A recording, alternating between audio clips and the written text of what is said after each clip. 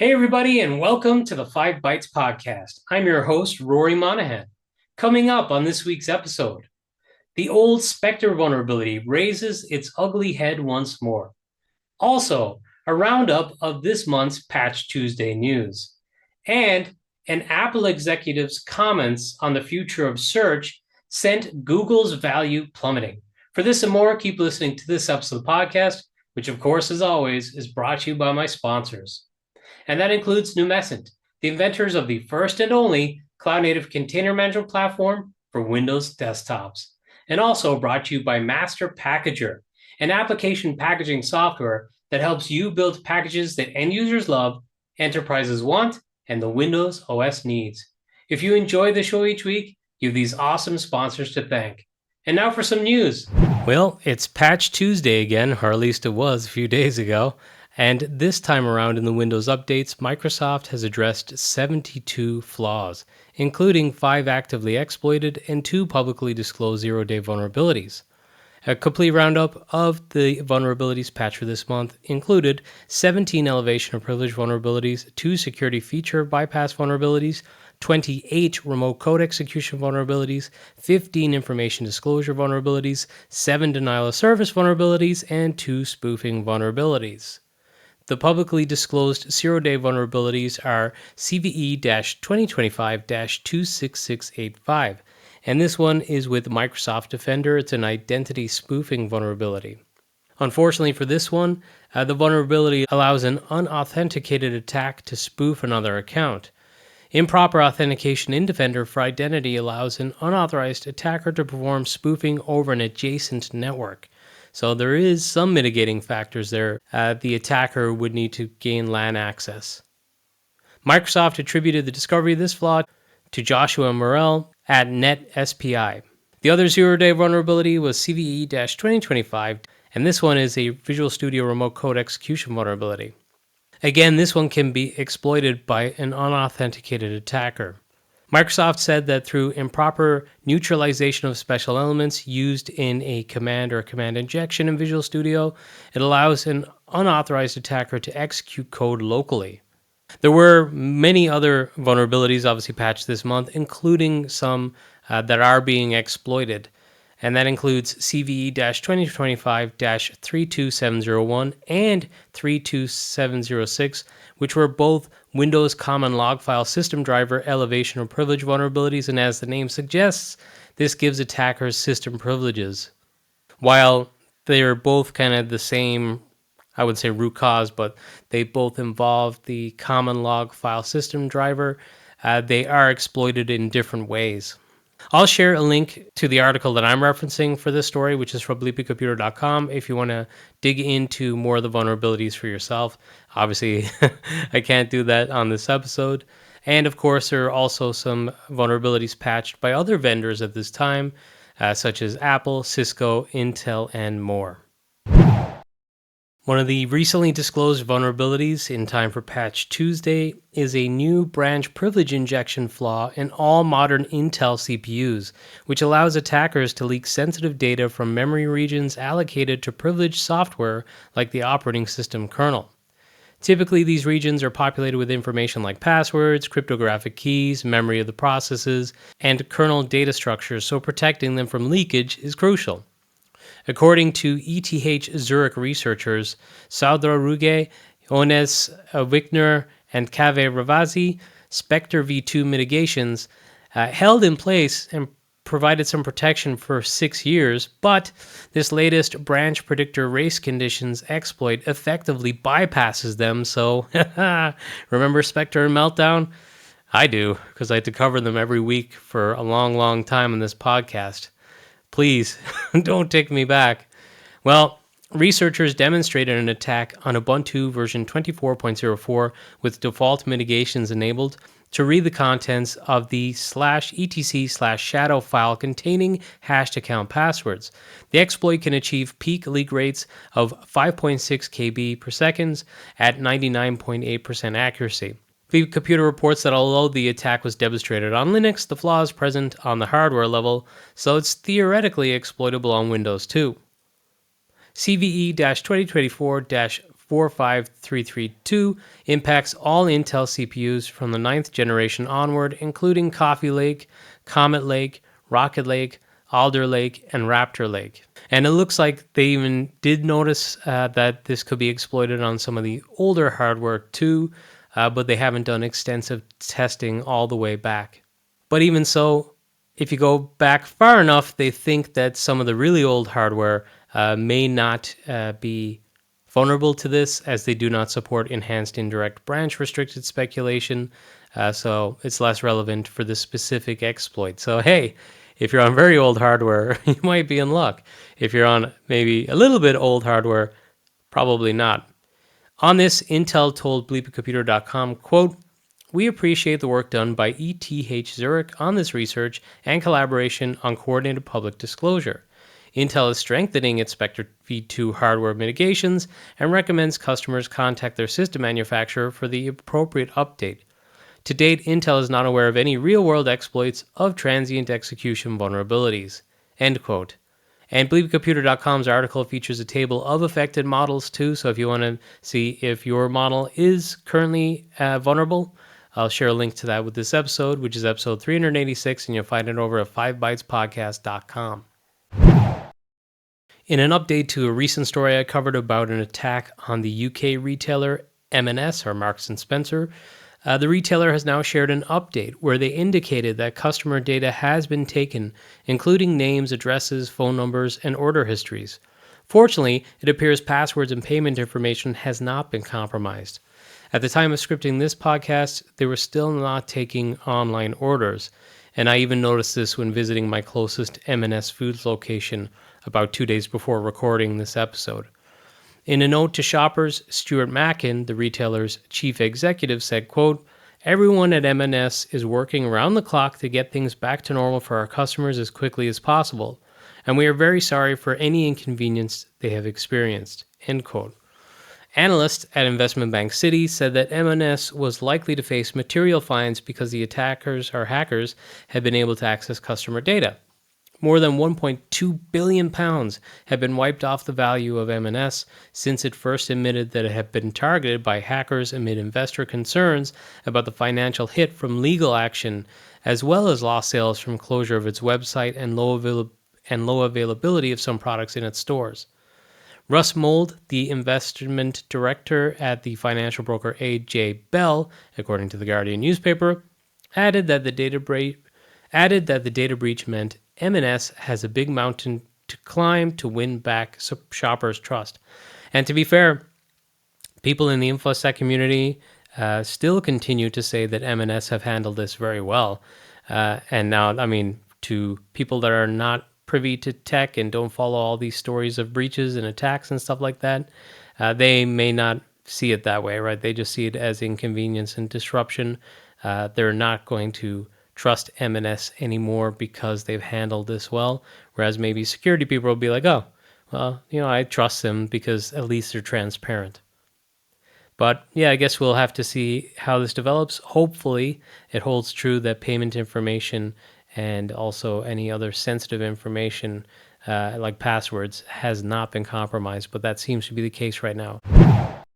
According to neowin.net, Google now faces at least 12 billion euros of payment and civil damages claims from dozens of price comparison websites across the European Union. These companies say that Google unfairly used its dominant position in the search business to promote its own shopping service and pushed over businesses while also stealing their customers. Google was first fined $2.4 billion by the EC in 2017 for abusing its market power when it promoted its own shopping service. The ruling triggered a wave of many follow-on lawsuits from affected companies, but they were delayed as Google appealed the decision. Last year, Europe's top court confirmed that Google had indeed violated antitrust laws, meaning that companies suing Google would no longer have to prove the damages they suffered. The total claims from these lawsuits are now adding up to at least $12 billion, as I mentioned. Google says it disagrees with the claims and argues that it has made changes since 2017 that have benefited these comparison shopping sites. It also says that it complied with the EU's requirements and that the industry is now thriving because of it. a little soft compliment. It was like, oh, you were right. And look, everything's thriving now that we've made the changes that you said we had to. Which, yeah, I kind of agree with Google to a point, right? They seem to have opened up a lot more to promoting other shops and sources when you do a Google search. However, what about the damages before that? According to NeoWind, these lawsuits against Google will take many years to resolve. I mean, I'm not a legal expert, but I'm guessing it's a slam dunk case for these other companies because the ruling was already put in place. You know, it's been stated that Google did do this and it did affect these businesses.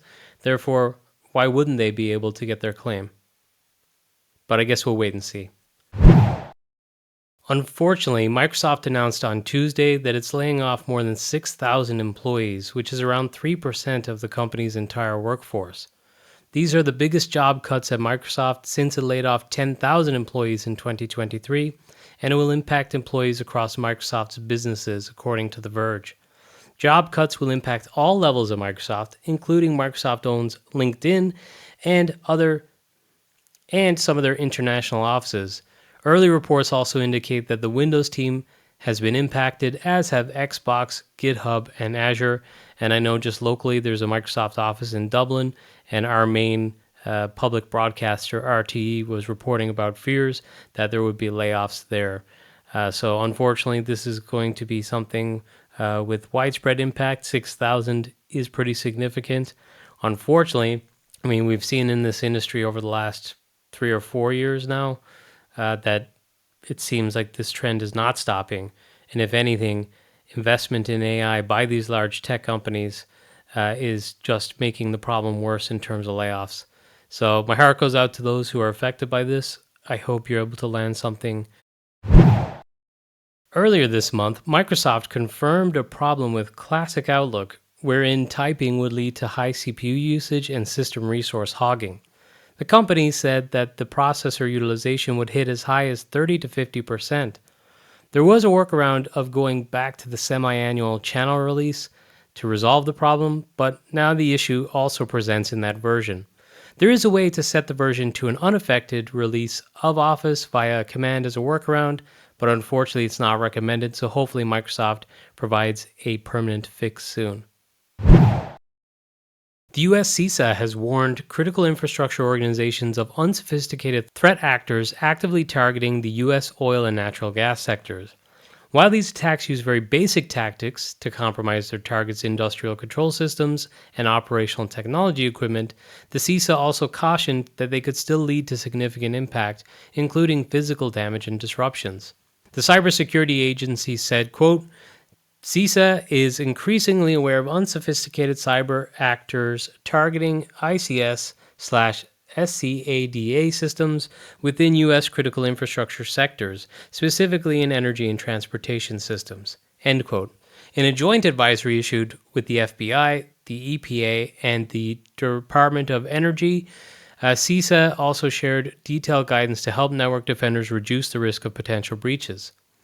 They advise to ensure that their organization's attack surface is as small as possible by removing public-facing OT devices from the internet, because threat actors can easily find and compromise them because they lack modern authorization and authentication methods that could protect against hacking attempts. The CISA also recommended changing default passwords to unique and strong ones and securing remote access to OT assets by using a virtual private network featuring phishing-resistant multi-factor authentication.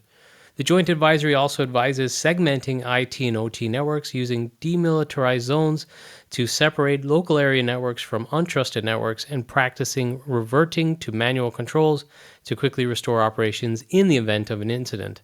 So all good advice, but also pretty basic and practical. I would hope that these large oil and gas companies already have these in place.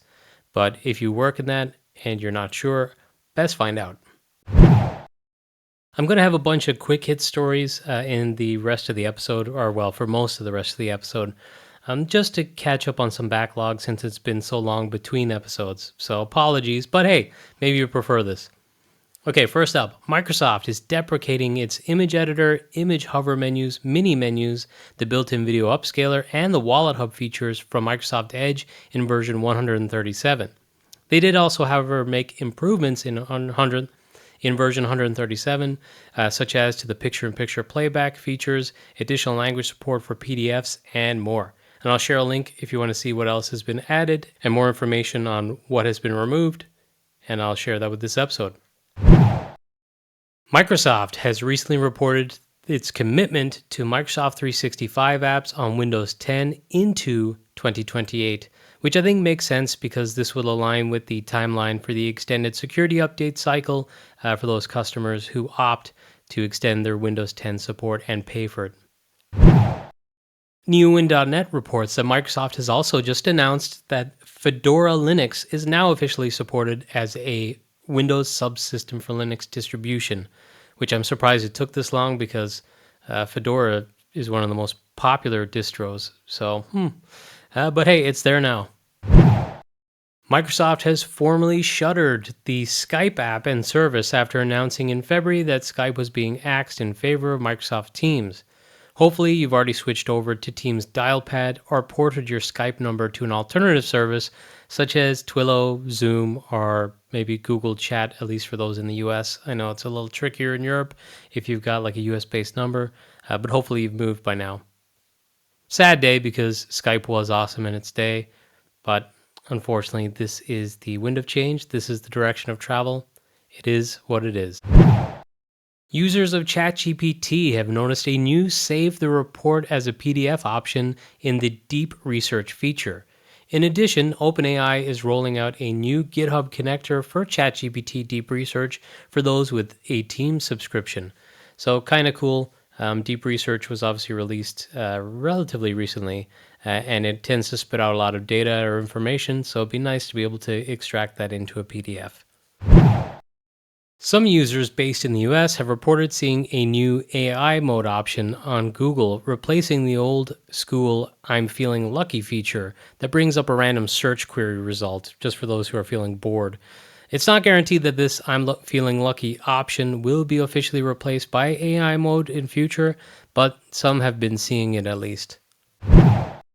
OpenAI announced it will remain under the control of its founding nonprofit board, scrapping its controversial plan to split off its commercial operations as a for-profit company after mounting pressure from critics. In an official OpenAI blog post announcing the latest restructuring decision, CEO Sam Altman wrote, quote, "We made the decision for the nonprofit to stay in control after hearing from civic leaders and having discussions with the offices of the Attorneys General of California and Delaware." End quote. So at least for now, things are going to stay as they are. I guess we'll have to see if they try to pivot again in future to a for-profit model. Finally, in the news for this week, on a previous episode, I covered much of the rhetoric bouncing around from Google's latest court appearance with several suitors vying to acquire Google Chrome. Well, the Register reported that Apple Senior Vice President of Services, Eddie Q, made a number of interesting statements about the future of AI and its potential impact on Google's bottom line during his testimony in the remedies phase of the U.S. Department of Justice's lawsuit against Google's parent company, Alphabet. That's the lawsuit that resulted in a judge ruling that Google's payments to make its search engine the default for smartphone browsers and elsewhere broke America's antitrust law. Alphabet shareholders were reportedly shaken by Q's statements, and his statements were around the fact that he saw AI likely replacing traditional search engines like Google in coming years. And as part of that expectation, Q also noted that Apple intended to make changes to Safari to place AI-driven search alongside traditional web search, with tools from OpenAI, Perplexity, and Anthropic all likely to be added to Safari as search options in future updates. Q said, quote, "We will add them to the list. They probably won't be the default." End quote. They being the AI upstarts, and obviously these would be to complement the current search, which is obviously dominated by Google. Q also attributed a first-time drop in Safari searches to AI's growing influence as a search engine alternative. Along with his contention that Google's days as the de facto king of search were short, Q also revealed that Google had competed with OpenAI for a place in Apple Intelligence, which is the more recently released AI service in iOS 18. And obviously, ChatGPT was included in the service. But they said that Google's terms for its inclusion over ChatGPT reportedly included a lot of things that Apple wouldn't agree to and didn't agree to with OpenAI. So it seemed like Google kind of put themselves a little bit out of the running and being more involved with Apple Intelligence. ChatGPT is now available as an option for Siri searches already, so it seems like this is going to expand in future with other AI services. Shares of Alphabet dropped considerably following this testimony and closed down more than 7% on that day. So, certainly shaky times in the search market with generative AI nipping at their heels. And now, this episode's scripts, tricks, and tips. First up, the awesome Guy Leach shared on Blue Sky how to create a folder and move it in one PowerShell command. And I won't read it out because I know it's not good for the audio-only listeners, but I'll share a link to that with this episode, which again is episode 386, and you'll find it at 5bytespodcast.com, or you might see it in the YouTube edition if you're watching on YouTube. Next up, Matt Capco had a great article that I decided to put in scripts, tricks, and tips rather than covering as news because it's primarily opinion-based. But in his article, he does a deep dive on the many security snafus SonicWall devices has faced in recent times and discusses the possibility of a change in design principles. Since SonicWall and SonicWall devices come up so much in this podcast, I found it a really interesting article, and you might too. And finally, the great AppManagEvent is taking place once again in the Netherlands in Utrecht this coming October, I believe. But a heads up for anyone who's interested in going to really the only application management specific event. Granted, it's not specific anymore. There's also plenty of security related topics too. But if you want to go to this event, the early bird sale ends on June 1st. So now is the time to book your ticket. So be sure to register if you're interested, and if you are going, I will see you there because I love the event, and I've been multiple times, and I'm already booked to go. Hey, but that's it for this episode. I did make some changes to the podcast for this week based off of feedback I received when I was at MMS. So you may notice when I provide the links, I'm moving the scripts, tricks, and tips down to the bottom. I had put them at the top. That was merely just to kind of promote the community stuff over the actual news, but I'm going to follow the order of the podcast now, put the scripts, tricks, and tips links at the bottom. And also, I'm not going to have the headlines as part of the intro on the audio-only version. If anyone else has any other feedback, please let me know. I'm asking for feedback as I'm going to mess up the release cadence once more for the podcast.